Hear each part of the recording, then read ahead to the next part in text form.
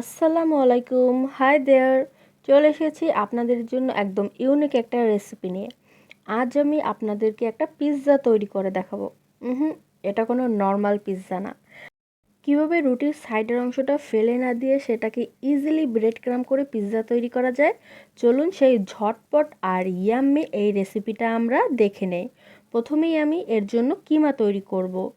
প্রথমেই আমি 1 টেবিল চামচ তেল নিয়ে নিলাম। এবার এতে দিয়ে দিব 1 কাপ পেঁয়াজ কুচি। পেঁয়াজটা প্রথমে আমি কিছুক্ষণ রান্না করে নিব। এবার এতে দিলাম স্বাদমতো লবণ আর হাফ চামচ হলুদ। এবার এই পেঁয়াজটা একদম নরম হয়ে যাওয়া পর্যন্ত এটাকে রান্না করে নিতে হবে। আপনারা ততক্ষণে আমাদের চ্যানেল চাইলে সাবস্ক্রাইব করে দিতে পারেন। ভিউয়ার্স, আমার পেঁয়াজটা রান্না হয়ে গেছে, একদম নরম হয়ে গেছে। এবার এটাকে আমি তুলে রেখে দিচ্ছি। সেম ফ্রাই প্যানে আমি আরও 1 টেবিল চামচ তেল নিয়ে নিলাম আর এতে দিয়ে দিচ্ছি 1 কাপ মাংস, এটাকে আমি ব্লেন্ড করে নিয়েছি। আর দিয়ে দিচ্ছি 4টা কাঁচামরিচ কুচি, স্বাদমতো লবণ দিয়ে 1 মিনিটের মতন সতে করে নিব। তারপর দিচ্ছি হাফ চামচ গোলমরিচ গুঁড়া, 1 চামচ রসুন বাটা, হাফ চামচ আদা বাটা দিয়ে আবারও 30 সেকেন্ডের মতন এটাকে রান্না করে নিব। মাংসটা কিছুটা সাদা হয়ে গেছে। এবার এতে অ্যাড করে দিচ্ছি 3 চামচ টমেটো সস আর 1 চামচ সয়া সস। এবার আবারও আমি 30 সেকেন্ড রান্না করে নিব। এবার মাংসটা সিদ্ধ করার জন্য দিয়ে দিব হাফ কাপ পানি। আমি কিন্তু মিডিয়াম আঁচেই রান্নাটা করে নিচ্ছি। এবার এতে দিয়ে দিচ্ছি 2 টুকরা দারচিনি আর 2 চামচ চিনি। পানিটা যখন শুকিয়ে একদম 3 ভাগের 1 ভাগে চলে আসবে তখন এতে আমরা আবারও পেঁয়াজটা অ্যাড করে নিব। ভিউয়ার্স, পানিটা দেখুন প্রায় টেনে এসেছে। এবার এতে আমি যে পেঁয়াজটা রান্না করে রেখেছিলাম সেটা অ্যাড করে নিলাম। এবার জাস্ট আর 1 মিনিটের মতন আমি এটাকে রান্না করে নিয়েছি।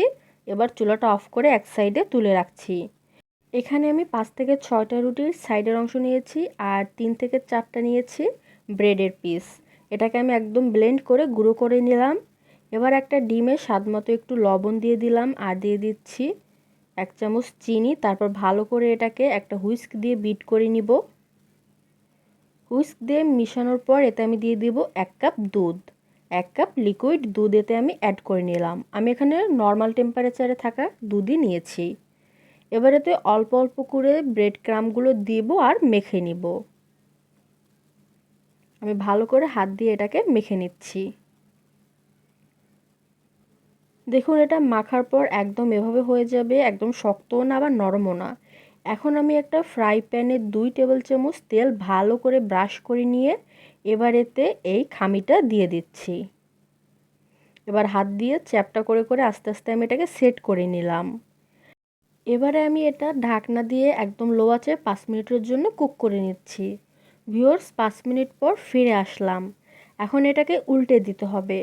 যেহেতু এটা ভেঙে যেতে পারে এর জন্য আমি একটা প্লেটে প্রথমে এটা তুলে নিলাম। তারপর আলতো হাতে এটাকে এভাবে উল্টে দিয়ে দিচ্ছি। এবার অপর পাশটাও আমি একদম লো আঁচে 5 মিনিট কুক করে নিব। আবারও 5 মিনিট পর ফিরে আসলাম। এটাকে আমি তুলে নিয়েছি। এবার একটা কাঁটা চামচ দিয়ে একটু ফুটো করে দিচ্ছি। এরপর এতে টমেটো সস ভালো করে মেখে নিব। সসের পরিমাণ আপনারা নিজেদের ইচ্ছা মতোই দিয়ে নেবেন। এবার মাংসের কিমা দিয়ে সেট করে নিলাম। এরপর এতে অ্যাড করে দিচ্ছি মোজারেলা গ্রেট করা চিজ। এবার আমি কিছু স্লাইস সসেস আর অলিভ দিয়ে দিলাম। ভালো করে সেট করে নিয়েছি। এবার চুলা একদম লো আছে, ঢাকনার ছিদ্রটা অফ করে দিয়ে চিজটা মেল্ট হয়ে যাওয়া পর্যন্ত আর সসেসটা কুক হয়ে যাওয়া পর্যন্ত আমি এটাকে বেক করে নিচ্ছি। ভিউয়ার্স, আমি 4 থেকে 5 মিনিট পর ফিরে আসলাম। আমার পিৎজা একদমই ready.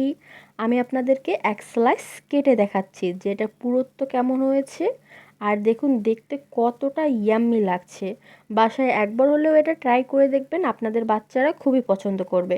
Thank you so much ফুল ভিডিওটা দেখার জন্য। ভালো লাগলে লাইক দিয়েন, ফ্যামিলি ফ্রেন্ড সবার সাথে শেয়ার করেন। আল্লাহ হাফেজ।